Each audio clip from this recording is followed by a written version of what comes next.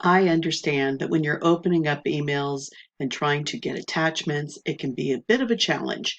But hopefully, today I'll give you some tips on what to do to open up attachments when you get them in an email.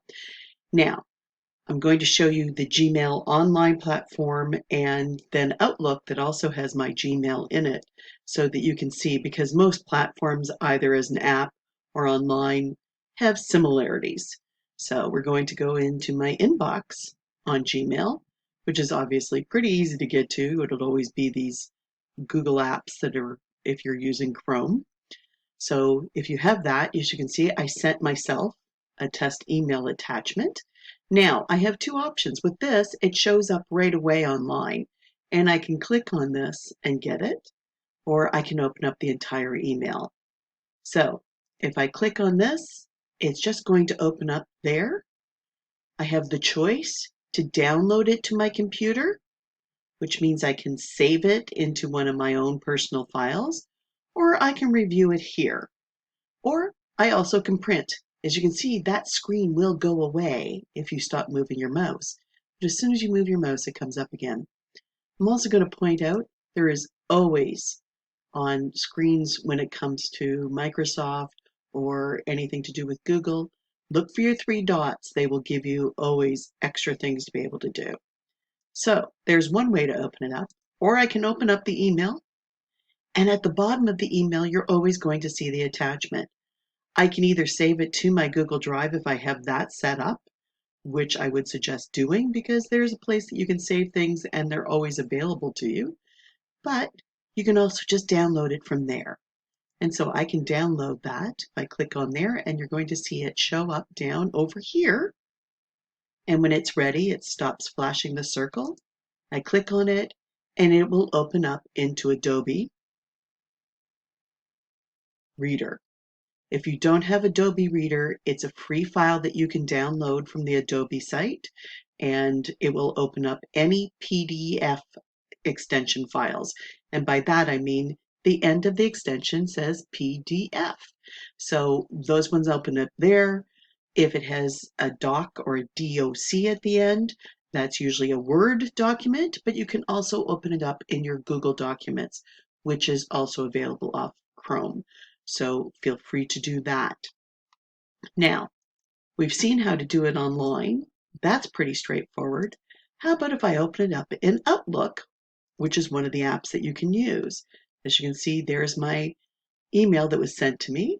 So I know there's an attachment because there will be that little paper clip, right? The little paper clip is my reminder of what's going on. So let's go there.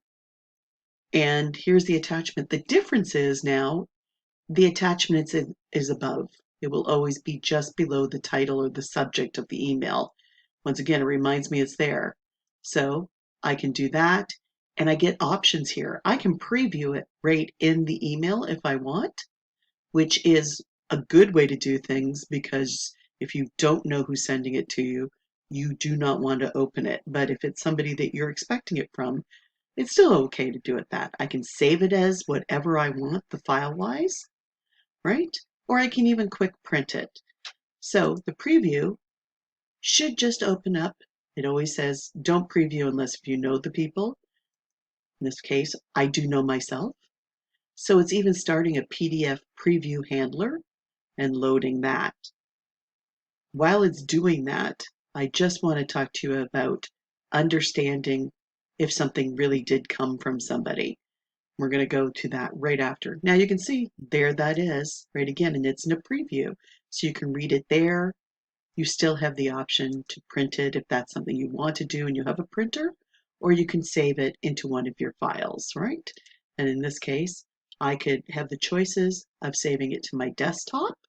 So it'll be right on my desktop when I go out of these and it'll be on the page, to my own documents that are online, or are on my computer. And I also then can also do it to my Google Drive, which I have set up, right? So I have different options here where I can save it to and then print it from. But that's the simplest way to open up a document. Now let's go back to this email. Here we can see Let's say you got an email from me. There's Jane Tour, there I am. But it says jane@projectread.ca, and most people would know me then because they know I come from Project Read. You could get an email from a Jane Tour that says, check the extension. If it looks weird, because I always sign my name at the end, I always write something in, I just don't put in a blank one. Never open something from somebody if they have not given you some writing in it that you can recognize. But if it seems a little bit weird, like there is really poor grammar being used and a lot of bad spelling errors from somebody that you would expect not to do that, check their extension. Because a lot of times you'll see it comes from somebody that isn't Jane at Project Read. They have figured out a way to use my name, but their file name, their actual email name will be different. I hope you found this all very helpful, and I will try to post other things as I find people need help with them.